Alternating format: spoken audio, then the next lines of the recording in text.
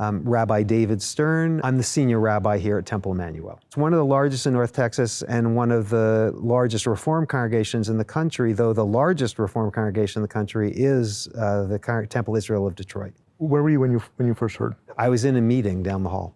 And your immediate reaction was? Sadness, shock, concern. A number of members of that clergy team are friends of mine. I know the community, and it's something that goes to the heart of all of us, whether we happen to have personal connections there or not. An attack on any synagogue feels like an attack on all of us. Is there shock anymore? I mean, there are some who are just like, I've become numb to this now at this point. It's a fair question. I've heard the phrase routine emergency. So this is something that, on the one hand, doesn't surprise us because in some ways we've become numbed to acts of hatred and anti-Semitism. And on the other hand, each time it happens, it's alarming. Can you speak to the anxieties the community may be feeling in this moment? I think anxiety is exactly the word. There isn't necessarily a dotted line between something that happens in Detroit and something that could happen in Dallas. What we know and what's important is that the FBI and law enforcement and our own security are telling us that there are no credible or immediate threats here in Dallas. So that's a baseline fact. Nonetheless, all of us as Jews see ourselves as family to each other. We have plenty of differences. Those differences fade away when one of us is under attack. You add to that the fact that this comes at a time when the United States is at war and Israel is at war, and we're already anxious. You add to that something like this, and it makes all of us deeply, deeply concerned. I think it also causes us to double down on our will to resist, the importance of fighting back against anti-Semitism, the importance of fighting back against these acts of violence, the importance of fighting back against any hate crime, none of which have any place here in America.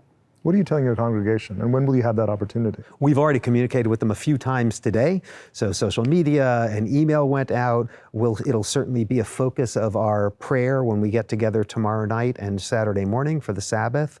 We have found that gathering as a community in prayer is something that gives a sense of strength and mooring to us all. Have your parishioners asked you about what is our security plan? Is that something that is... People ask all the time, as they're entitled to. We have children in the building, we have adults in the building.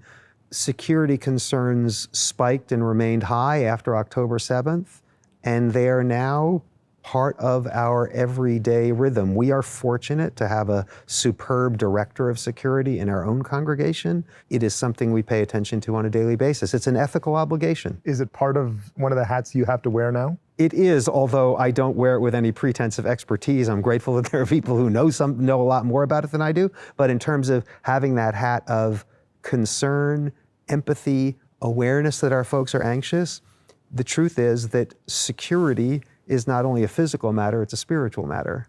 We can put up barriers and we can do screenings, and all those things are vitally important.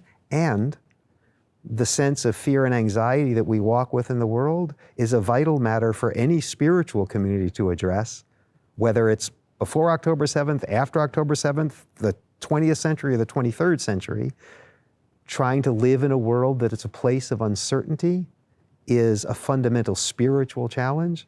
And I feel that it's a fundamental responsibility of a spiritual community to address it. In Detroit, there wasn't a physical victim, but it feels like there are a lot more victims in another sense. Well, I understand that a security guard was injured. Within that community and beyond that community, the ripple effects are powerful. So yes, we can say, thank God, every member of that community is now safe, but that means that they're physically safe. There's still now a great deal of repair and recommitment that needs to take place. At some point, I'm assuming you're going to reach out to the clergy who are there. What will you tell them? I'll just tell them I'm holding them in my hearts, and we're all holding them in our prayers. The people of that community, the people of West Bloomfield, they're going to be at the center of our prayer tomorrow. When we encounter each other, wherever we encounter each other, that we're all living with this fear. As a Jewish community, do we feel it particularly acutely? Yes. Do we feel it particularly acutely at this time of war? Yes. And just to see that in each other, and whether that's the person in front of us at the supermarket or the person who isn't moving quickly enough after the light turns green, just to remember where we all are, what we're all coping with, and to give us another dose of compassion and empathy for the other. Sometimes that other is a victim of hate crimes, and sometimes that other is just a person who's annoying us this morning. And in either case, an open and loving heart is part of the solution. I think we'll want to remind people tomorrow night and Shabbat morning that we have the blessing of each other. We have the blessing of none of us being alone, but existing in the strength and embrace of community.